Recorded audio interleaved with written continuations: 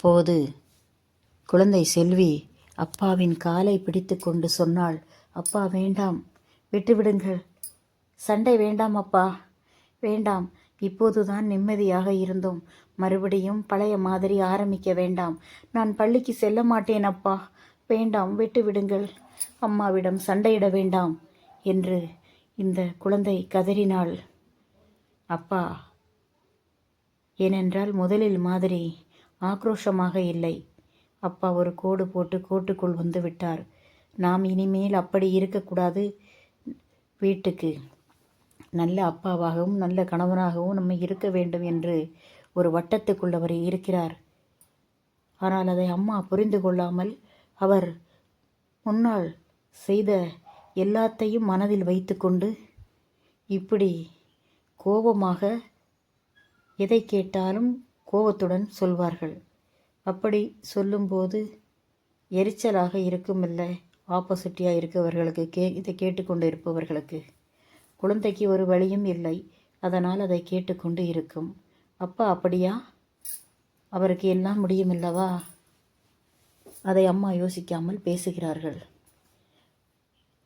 அப்போ அப்பா வேண்டாம் என்று சொன்னவுடன் அப்பா சொன்னார், பயப்படாத செல்வி, உன் அம்மாவை நான் அடிக்க மாட்டேன், நீ பயப்படாத, அப்பா திருந்தி விட்டேன். எப்போதும் உன்னை நினைத்துத்தான்.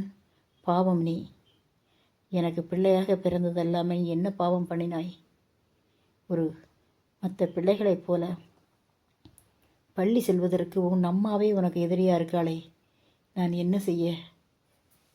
உன்னை நினைத்துத்தான் தாங்க முடியாமல் இன்று கொஞ்சம் மது அருந்தி விட்டேன்.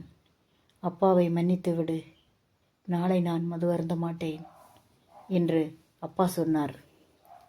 சரி அப்பா, நான் இனி அம்மாவுக்கு பிடிக்காத விஷயத்தை நான் செய்ய மாட்டேன் அப்பா. நான் தெரியாமல் 5 நாள் அந்த பள்ளிக்கூடத்துக்கு சென்று விட்டேன், மன்னித்து விடுங்கள் அப்பா என்று இந்த குழந்தை அழுதி அப்பாவிடம் கேட்டது. அப்பா சொன்னார், வேண்டாம் செல்வி, ஏன் நீ மன்னிப்பு கேட்கிறாய்? நீ ஒரு தப்பும் செய்யவில்லை. நீ செய்தது தப்பு இல்லை, மற்றவர்கள் செய்து கொண்டிருப்பதுதான் தப்பு. இதற்கு முன்னால் நான் செய்ததும் தப்புத்தான். அறிவில்லாமல் செய்துவிட்டேன், என்ன செய்வது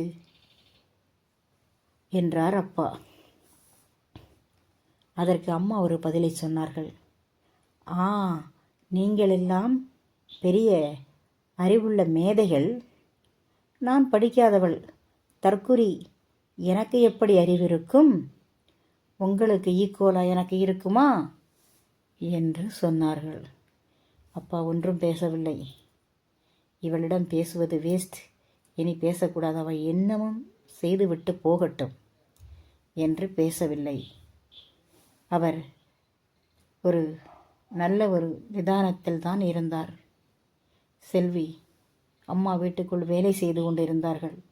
அங்கு போனால் எதையாவதும் குத்தி குத்தி பேசுவார்கள். அப்படி நினைத்து வீட்டுக்குள் போகவில்லை, அப்பாவின் பக்கத்தில் அமர்ந்து கொண்டாள். அம்மாவுக்கு அது ஒரு பக்கம் கோபம். ஏனென்றால் அப்பா முதலில் குடித்து வந்து தேவி இருக்கும்போது வீட்டில் பல பல பிரச்சனைகளும் செய்து அடியும் உதையும் அம்மாவுக்கு கிடைக்கும்போது இந்த செல்வி என்கிற குழந்தை அம்மாவின் பக்கம் இருந்தது. பாவம் அம்மா, பாவம் அம்மாவுன்னு சொல்லி ராவும் பகலும் தூங்காமல் அம்மாவுக்கு வேண்டி முழித்திருக்கும் இந்த சிறு குழந்தை இப்போது அப்பாவின் பக்கம் சாய்ந்து விட்டதோ என்று அம்மாவுக்கு ஒரு சந்தேகம். குழந்தை இருவருக்கும் பொதுவானது தானே, குழந்தை அப்படித்தானே நினைக்கும். அப்பா வேறு அம்மா வேறா? கிடையாது. அப்பாவும் அம்மாவும் ஒரு குழந்தைக்கு ஒன்றுதான். அது அம்மாவுக்கு அது புரியவில்லை. என்ன செய்வது? புரிய வைப்பதற்கு அவர் குழந்தையும் கிடையாது, அவர் வளர்ந்தவர். அவரை என்ன பண்ண முடியும்? ஒன்றும் பண்ண முடியாது. அப்படி பேசிக்கொண்டே சமையலை எல்லாம் சரி பண்ணி விட்டார். சாப்பாடு பரிமாறினார்கள். அதை சாப்பிட்டு விட்டு மறுநாள் காலை ஆகிவிட்டது. வியாபாரத்துக்கு கிளம்பினார்கள். அம்மா செல்வியை பார்த்து ஒரு முறை முறைத்தார்கள். நாங்கள் ஏவாரத்துக்கு அங்கிட்டு போனவுடன் திருட்டுத்தனமாக பள்ளிக்கூடம் போகிறேன் என்று சொல்லி ரயிலில் விழுந்து விடாதே என்று அம்மா சொன்னார்கள். அதற்கு செல்வி என்ன சொன்னாள்? இல்லை அம்மா, இன்னைக்கு நான் பள்ளிக்கூடம் போக மாட்டேன், நம்புங்கள் என்று சொன்னாள். அதற்கு அம்மா சொன்னார்கள், எப்படி உன்னை நம்ப முடியும்? முட்டையை விட்டு தலை இன்னும் வெளியே வரவில்லை உனக்கு. அதற்கு முன் நீ என்னை சமாளிக்கிறாயா? இந்த 5 நாளும் நீ பள்ளிக்கூடம் போய்விட்டாயல்லவா? எனக்கு தெரியாமல் என் கண்ணில் மண்ணை தூக்கி விட்டாயல்லவா? நீ உன் அளவுக்கு நீ எவ்வளவு பெரிதாக நீ யோசிக்கிறாய் என்று அம்மா சொன்னார்கள். நீங்கள் வேணுமென்றால் பக்கத்து வீட்டில் யாரிடமாவதும் சொல்லிவிட்டு போருங்கள், செல்வி பள்ளிக்கூடம் சென்றாளா என்று காவலுக்கு என்னை கண்காணிக்க சொல்லிவிடுங்கள் அம்மா என்று இந்த குழந்தை சொல்லியது. அப்பா அதற்கு முன் நடந்து முன்னால் போய் அந்த ரயில்வே ரோட்டின் பக்கத்தில் நிற்கிறார். அம்மாவுக்கு வேண்டி காத்திருக்கிறார் வரட்டும் என்று. அம்மா பின்னால் போகும்போதுதான் இந்த குழந்தையை இப்படி மிரட்டுகிறார், பள்ளிக்கூடத்துக்கு போக வேண்டாம் என்று சொல்லி. போக மாட்டேன் அம்மா, போக மாட்டேன் என்று சொல்லி இந்த குழந்தை அழுதது. சரி, அழுது துடைக்காதே. காலையில் வியாபாரத்துக்கு போகையில் அழுவையும் கண்ணீரையும் பார்த்துவிட்டு போனால் அங்கு வியாபாரம் கிடைக்காது என்று சொன்னார்கள் அம்மா. குழந்தை ஒன்றும் பேசவில்லை. அங்கு இப்படி பேசாதே என்று சொல்வதற்கு ஒருவரும் இல்லை. எல்லாரும் விடிந்தவுடன் 7:30, 6 மணி, 8 மணி அளவில் எல்லாரும் அவரவர்கள் வேலையை பார்த்து போய்விடுவார்கள். ஆள் இல்லாத நேரம்தான் அம்மா இப்படி பேசுகிறார்கள். ஆள் இருக்கும்போது இப்படி பேச மாட்டார்கள். பார்ப்பவர்களுக்கு நல்லவராக தோன்றிவிட்டு இந்த குழந்தைக்கு இவ்வளவு பெரிய தண்டனையை கொடுக்கிறார்கள். ஏன் அது காரணம்?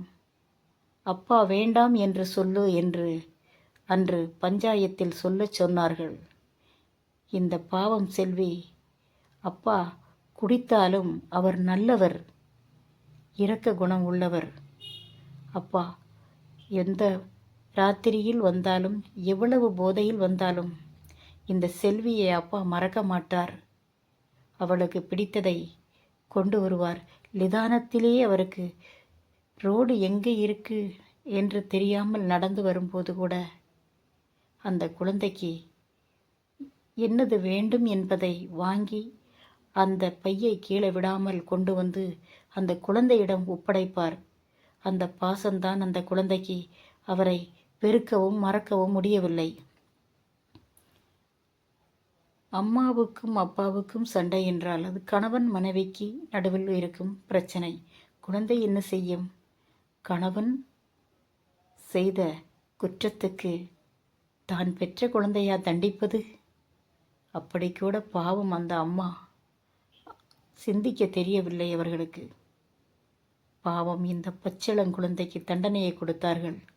அவர்கள் கணவன் செய்த பாவத்துக்கு குழந்தை அனுபவித்தது அந்த வலியும் வேதனையும். என்ன செய்வது?